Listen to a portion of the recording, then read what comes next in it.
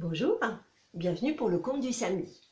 Si je vous dis un pouce tordu, si je vous dis un pied tout plat, si je vous dis une lèvre qui pond, ça vous dit quoi?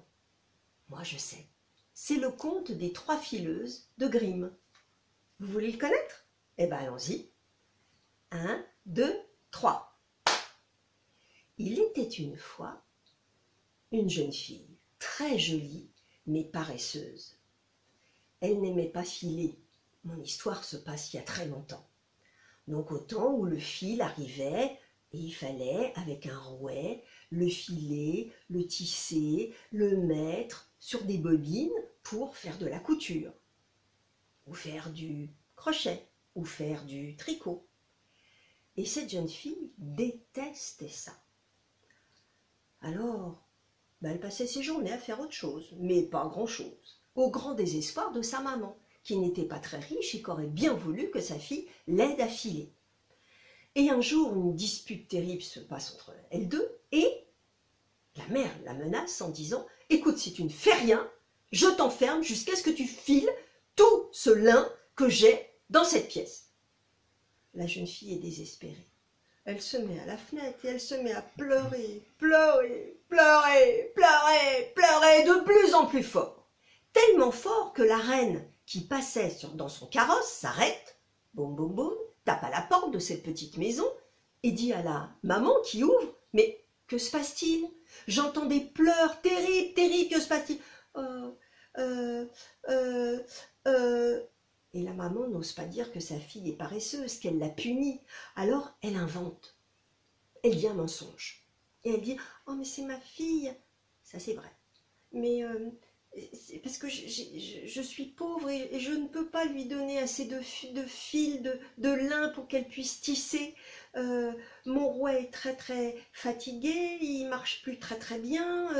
Oh, elle est tellement triste, elle aime tellement faire ça. Et la reine dit « Mais pas de souci, moi j'adore le bruit du rouet. J'en ai des tout neufs, tout beaux au château, et j'ai 3 chambres remplies à ras-bord, du sol jusqu'au plafond, de fils. Donc il va falloir faire des bobines. Ah, j'attends ta fille demain matin, au château. Et si elle fait tout ça, une surprise l'attendra. » Le lendemain matin, la jeune fille et sa mère vont au château. Là, la reine regarde la jeune fille qui est si jolie, avec des petites mains, des petits pieds, une jolie bouche, des jolis yeux, l'air très gentille. Alors voilà, mademoiselle, vous avez ici 3 chambres, et dans ces 3 chambres, regardez ce qu'il y a jusqu'au plafond.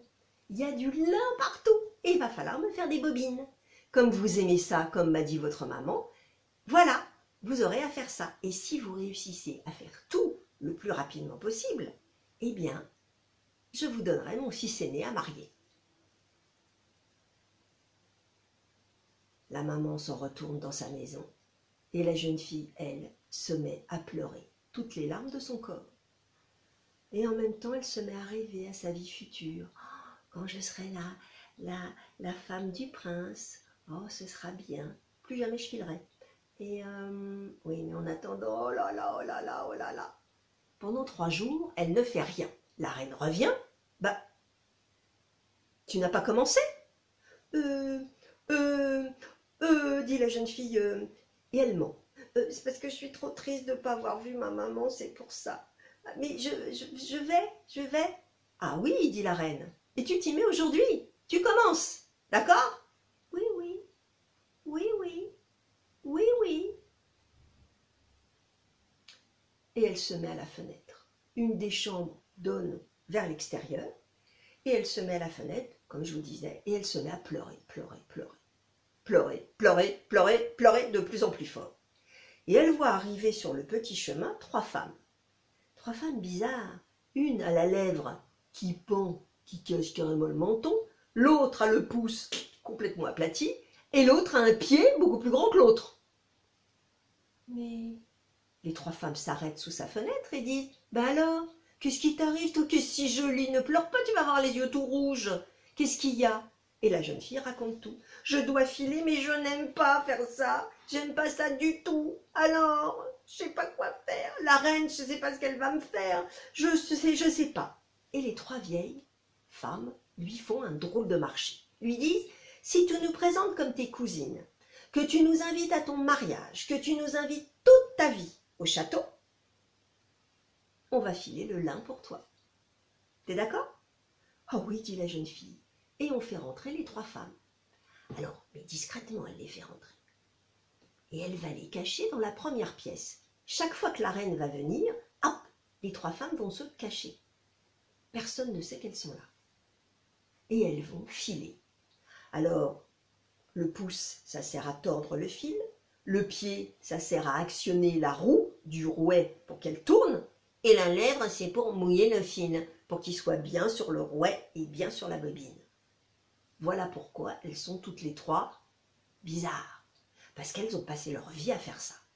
Et elles vont en un temps record, je dirais 3 semaines, vraiment 3 semaines, faire toutes les trois un travail que la jeune fille se disait, mais même toute ma vie, si je travaille du matin au soir, je n'y arriverai jamais. La reine est très contente. Au bout de ces 3 semaines, elle lui présente son fils aîné, le prince. Elle est tellement jolie que le prince tombe amoureux, comme ça, et elle aussi, parce qu'il est très charmant. Et on fixe la date du mariage. Les 3 vieilles femmes sont parties.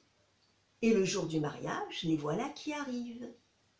Et la jeune fille a dit, vous savez, j'ai trois cousines qui vont venir, mais je ne sais pas quand. Mais il faudrait qu'elles soient à la table du roi, de vous, ma reine, du prince, enfin de mon mari et de moi. D'accord, dit la reine, pas de souci. Et on voit arriver dans la grande salle du château, où il y a toute la fête, toute la noce, les 3 vieilles femmes. Le prince se penche vers sa femme et lui dit, mais ce sont vos cousines? Mais qu'est-ce qui leur arrive? Alors tout le monde fait des grands sourires, ils sont vraiment très laides, hein. Et le prince les fait s'asseoir à côté de lui et dit, mais enfin mesdames, excusez-moi, mais que vous est-il arrivé? Oh rien! Celle qui a la lèvre comme ça qui pense sur son manteau dit, moi c'est parce que je cille et je mouille avec ma lèvre le fil. Ah, moi c'est parce que j'appuie avec mon pied sur la pédale pour que le rouet il tourne, il tourne, il tourne, il fasse la bobine. Et puis moi je tords le fil pour que ça soit bien raide sur la bobine. Alors le prince regarde sa femme si jolie avec ses petits pieds, ses petites mains, sa jolie bouche, ses jolis yeux, et lui dit, regarde-moi bien. Plus jamais de ta vie tu ne vas filer. Je ne veux pas que tu te retrouves avec une grande lèvre, un grand pouce et un grand pied. Et en entendant ça, la jeune fille, qui est maintenant une princesse, a éclaté de rire avec les cousines. Et depuis ce jour, elle n'a plus jamais filé. Et les 3 vieilles femmes ont fini leur vie au château avec cette jeune fille. Drôle d'histoire, hein? 1, 2, 3. Mon conte est fini et à la prochaine. Au revoir.